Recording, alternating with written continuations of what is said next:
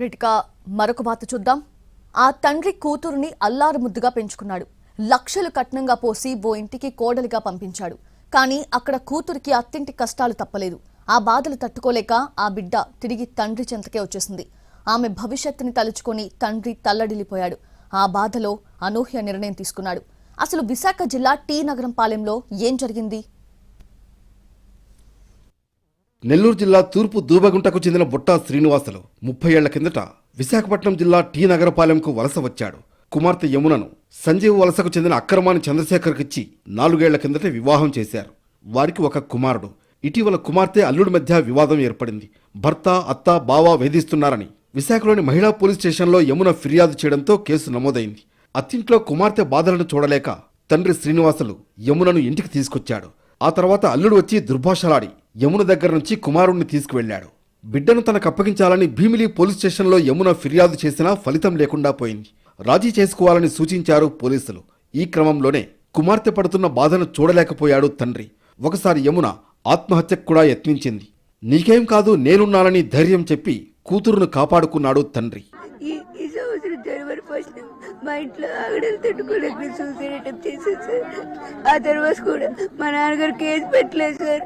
5 ఏళ్ళ తర్వాత బయటకు గొడవకు వచ్చాను సార్. బాబుని దౌర్జన్యంగా పట్టుకోలేదు. అప్పటి వరకు బాబు అటు ఇటు తిరుగుతుండేవాడు. నా దగ్గర 5 రోజులు 2-4 రోజులు ఉంటే వాళ్ళ దగ్గర ఇంకో 2-3 రోజులు ఎక్స్ట్రా ఉండేది సార్. నా దగ్గరకు బాబు ఎప్పుడు రావాలంటే నాకు ఇబ్బంది ఎదురయ్యేది సార్. అయితే 4 రోజుల కిందట శ్రీనివాసులు నెల్లూరులోని కలిగిరిలో ఉన్న తల్లిదండ్రులు తమ్ముడి దగ్గరకు వచ్చాడు. కుమార్తె కాపురం దెబ్బతిందని, మనవడు కూడా దూరమయ్యాడని బాధపడ్డాడు. సీఎం చంద్రబాబు, పవన్ కళ్యాణ్ మంత్రులకు లేఖ రాసి ఉరేసుకున్నాడు. విషయం తెలుసుకున్న మృతుడి భార్య, కుమారుడు పోలీస్ స్టేషన్లో ఫిర్యాదు చేశారు. మృతదేహాన్ని పోస్టుమార్టం నిమిత్తం కావలకు తరలించారు. అక్కడి నుంచి ప్రస్తుతం నివాసం ఉంటున్న విశాఖలోని టీ నగరపాలెంకు తీసుకొచ్చారు. అయితే శ్రీనివాసులు ఆత్మహత్యకు కారణం తెలుసుకున్న కుటుంబ సభ్యులు, గ్రామస్తులు ఆగ్రహంతో రగిలిపోయారు. టీ నగరపాలెంలో మృతదేహంతో ధర్నాకు దిగారు. మనవడు కడసారి చూసిన తర్వాతే తన దహన సంస్కారాలు చేయాలని సూసైడ్ నోట్లో రాశాడు శ్రీనివాసులు. దీంతో మనవడిని తీసుకొస్తే తప్ప అంత్యక్రియలు చేయబోమని పట్టుబట్టారు కుటుంబ సభ్యులు. అల్లుడు ఫోన్ స్విచ్ ఆఫ్ చేసి కొడుకుతో పరారైనట్లు చెప్పారు పోలీసులు.